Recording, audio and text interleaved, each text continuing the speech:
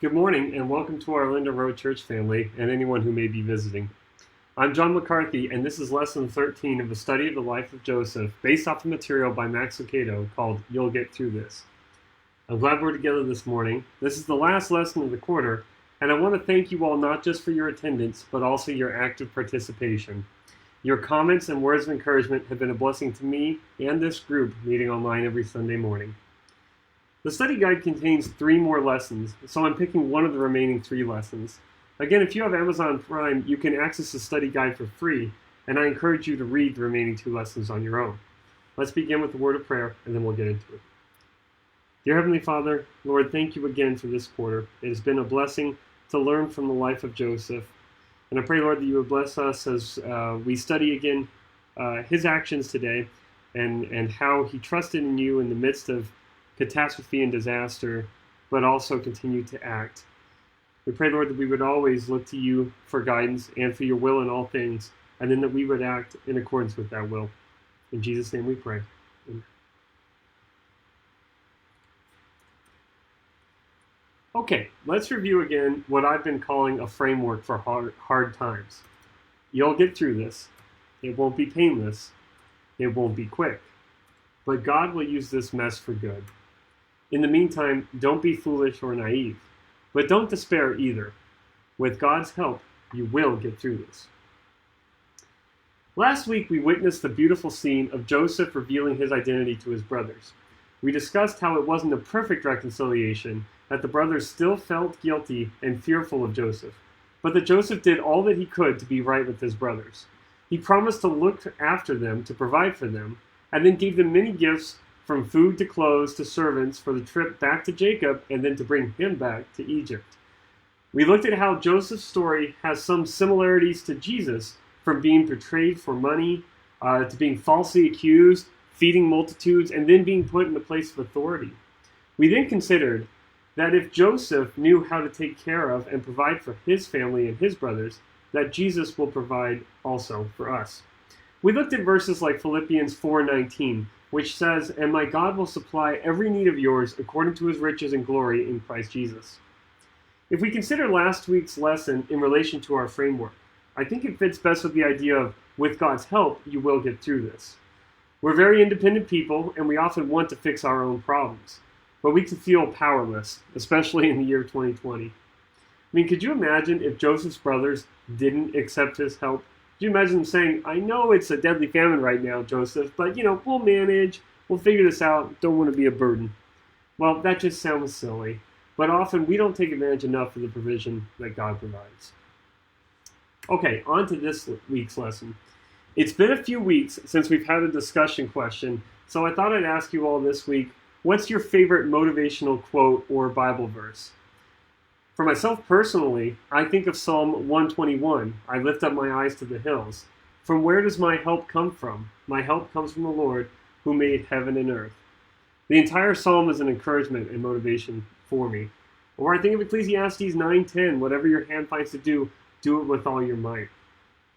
Several years ago, this was a poster that was released, and it's now a cliche poster of a kitten hanging on, and the caption reads, "Hang in there." Now, motivational sayings and posters are in some ways themselves almost cliche these days. It's almost like we're post-motivational sayings in some ways. In fact, there's an entire website called despair.com that offers joke motivational posters like this one. "The sky is the limit, too bad you can't fly." And it has a picture of an ostrich. Always good for a laugh. But funny aside, let me take a look in the comments if there's any motivational quotes or Bible verses that inspire you. Clint says he loves Teddy Roosevelt's "It's not the critic who counts" quote. Absolutely. And for Bible verses, 2 Peter 1:3. Very good. Excellent. Okay, excellent. Yes, Lori mentions Isaiah chapter 40, verses 30 through 31. Very good. Yeah. All right, we'll keep posting them in here, and I'll check back with the comments here in a little bit. Back to Joseph. He's still facing a global catastrophe. The famine is everywhere in the region. It's over the whole earth from their perspective. There's not enough rain. There's not enough food. You're probably looking at a Dust Bowl type situation. And where does Joseph find himself? Well, he's right in the heart of it all. In Genesis 41:55, we read, "When all the land of Egypt was famished, the people cried to Pharaoh for bread. Pharaoh said to all the Egyptians, 'Go to Joseph. What he says to do, do.'" Okay, great. Everyone's pointing to Joseph now. If we fast forward, we can see the outcome of this disastrous famine. Fast forwarding to chapter 47, verse 25, we read, "And they said, 'You have saved our lives. May it please my Lord, we will be servants to Pharaoh.'" I mean, wow. The Egyptians came out praising the government's response. Imagine that. The people remained calm when the entire situation, it could have led to the collapse of their entire society. So how did Joseph manage this crisis so well? Let's see what he says to his brothers about the situation. In chapter 45, as we read last week, let's read it again, verses 5 through 7. Speaking to his brothers, Joseph says, "And now do not be distressed or angry with yourselves because you sold me here. For God sent me before you to preserve life. For the famine has been in the land these 2 years, and there are yet 5 years in which there will be neither plowing nor harvest. And God sent me before you to preserve for you a remnant on earth, and to keep alive for you many survivors."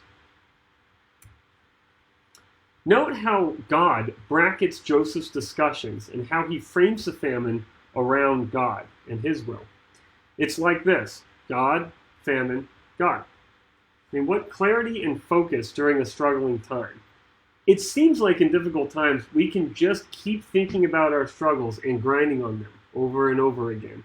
A couple of examples. Maybe it's, the economy,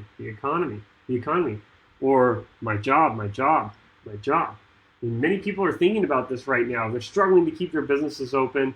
They're struggling to pay bills. There's extra stress on the job, and it just keeps, grinding. Maybe it's the divorce, where similarly you'll hear people in their conversation that have gone through a very painful relationship, and they'll say my ex this and my ex that. Divorce is really hard, and it's often very damaging as well. Or these days, 2020, it's easy to point out the pandemic, right? Illness. It's hard to think about anything else unless now it's racism that we're talking about. But where is God in these crises? Is he in our thoughts? Is he bracketing how we approach these struggles? Now, you won't hear about this in the news broadcast. I mean, you can't expect that, right? But are we bracketing our issues in our understanding of God, of his sovereignty, of his purpose, and his will? So how did Joseph deal with the crisis of the famine? He's already keeping God in the front of his mind, but also he has a plan and he's executing it. In Genesis 41, 34 through 36, he lays out his plan to Pharaoh after interpreting his dreams with God's help. The plan was simple enough. Save 1/5, that's 20%, during the 7 years of plenty, and then distribute what was saved during the 7 years of famine, and manage these resources carefully under Pharaoh's control.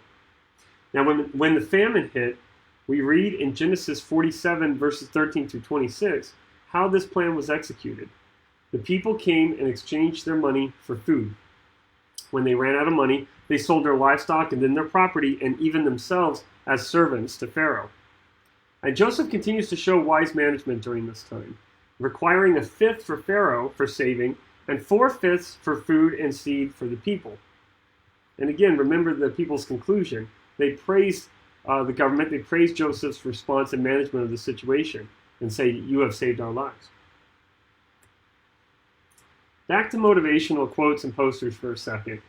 When World War II was about to break out in Europe, the English government prepared a series of simple motivational posters with bold lettering and words under the crown of King George VI. Here's a recreation of the first poster, distributed in September 1939 at the onset of the war. It reads, "Your courage, your cheerfulness, your resolution will bring us victory." Soon after, this second poster was produced. "Freedom is in peril. Defend it with all your might." Now, these are pretty good motivational posters for people at war. And these posters appeared across the English countryside. They were at train stations. They were at pubs. They were at stores. They were at restaurants. They were all over the country. Now, personally, I actually didn't know about these two particular posters until reading about them in the study guide. The one we're familiar with is this one. Keep calm and carry on. Now, the interesting thing about this poster is that it was actually lost to history. It wasn't widely distributed, although almost 2.5 million copies of the poster were created.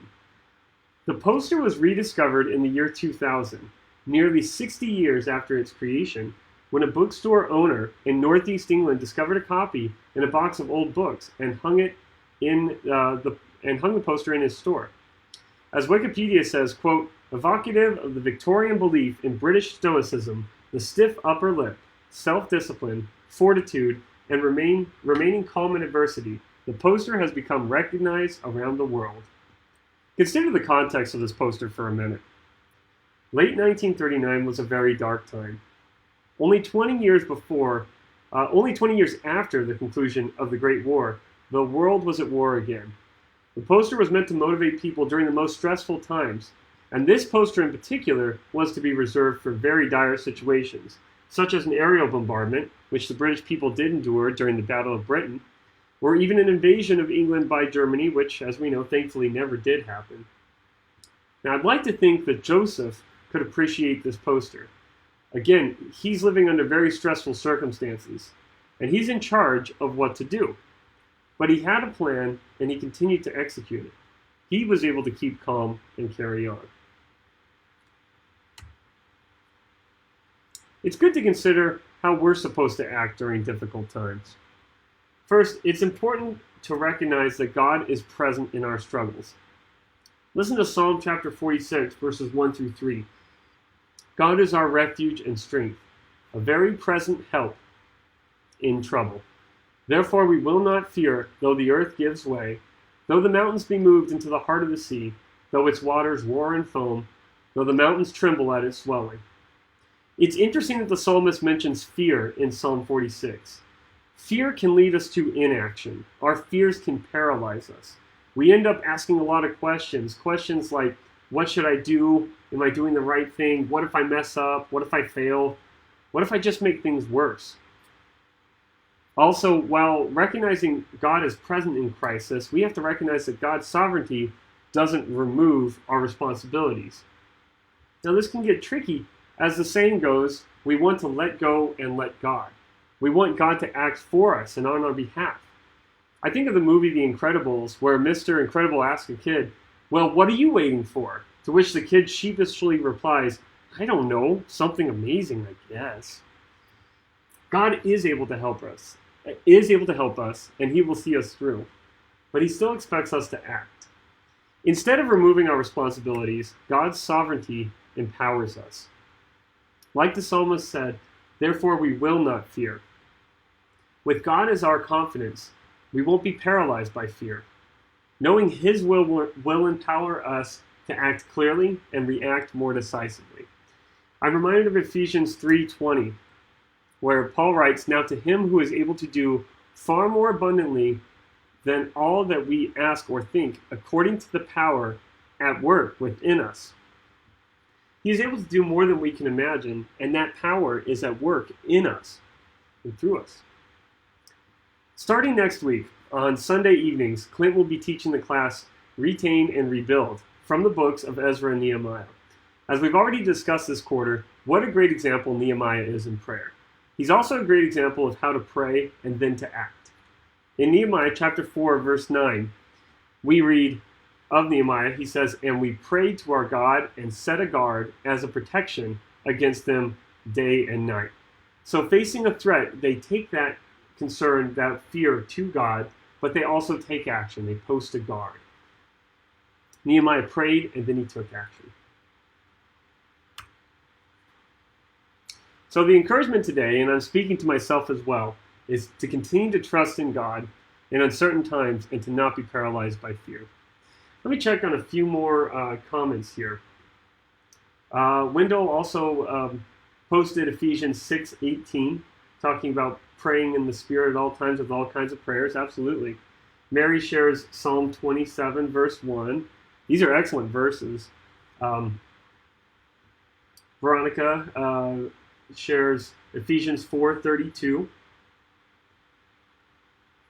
Wendell also shares Galatians 6:9, and Nolan Philippians 4:6-7. I love that entire chapter of Philippians 4. Such an encouragement. And Dana shares Isaiah 59 verse 1. God has the power to save if we turn to Him. And I can't help but also notice Dana's icon, or his profile picture. That looks a bit familiar for this morning's lesson as well. Keep calm and carry on.